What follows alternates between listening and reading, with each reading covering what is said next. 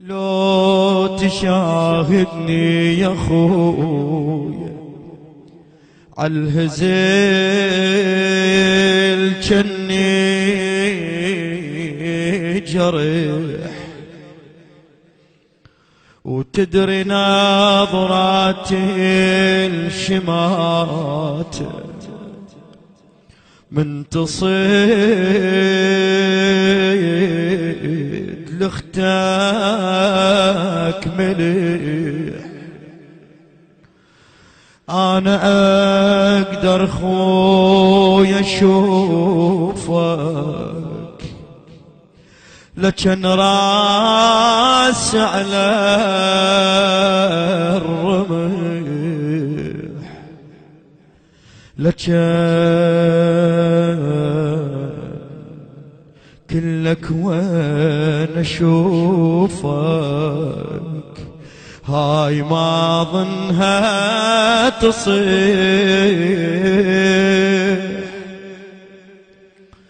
لو تصيح يا كافلي جاقلت لي تدللي كما تمر صياط هسه اعلمتني مسمي بهالحال ريتك شفتني. بعد ايش راح تقول له؟ ايام سبي مولاتي زينب مكسور الظهر انتونها توجعها ناقة هزيلة. تعرف شنو معنات ناقة هزلة؟ ناقة يعني ما بيها لحم، معظمة. وتعرف الناقة المعظمة من يقعد عليها البشر يتأذى. واحسب المسافة اللي راح تقطعها مولاتي زينب على هالناقة الهزلة، شلون راح تتحمل؟ وما بيها محمى وابو فاضل ماكو، والراية اللي كانت تحجب حتى الهوى من مولاتي زينب ما هي. بعد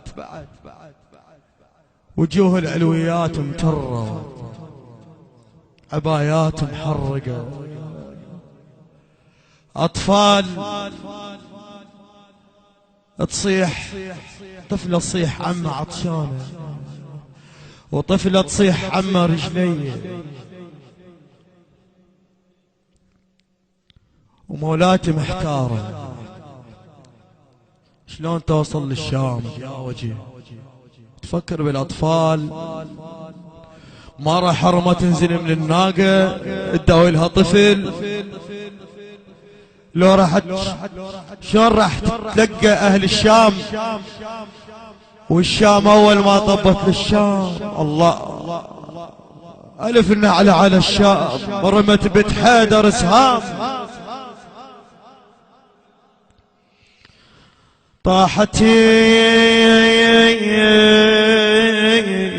عيوني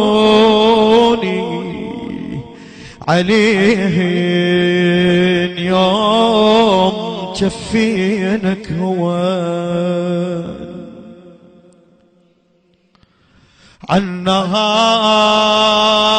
عالنهار مدري انت طايح، مدري مذبوح الزمان. الله فزت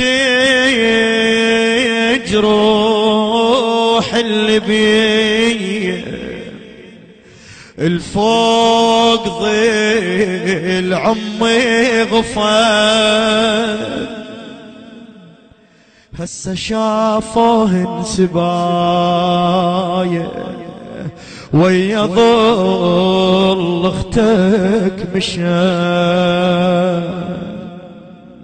مشن بدروب السبيل، لكن شنو؟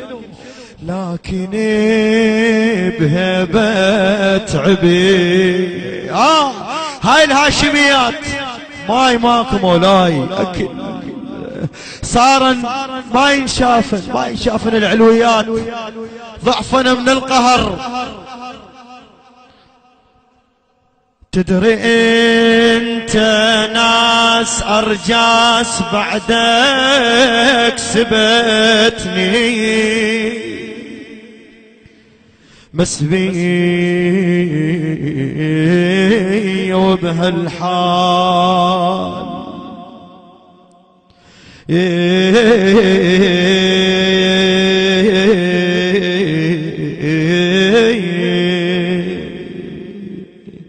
حسين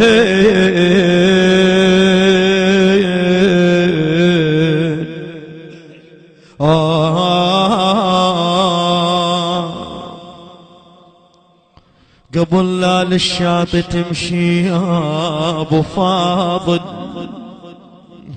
قلبي حاس ببالي شفتك يا ابو فاضل جثة مرمي بلا يراس وجربة يستحي على صدرك بها سهم الحسرة جاس من طحي ظل باقي زودك للوفا دق بيد اساس قلبي باسمك ما كفى كون اسميك الوفا انت الوفا ويا ريت ما فارقتني بس بيوي بهالحال ريتك شفتني حسين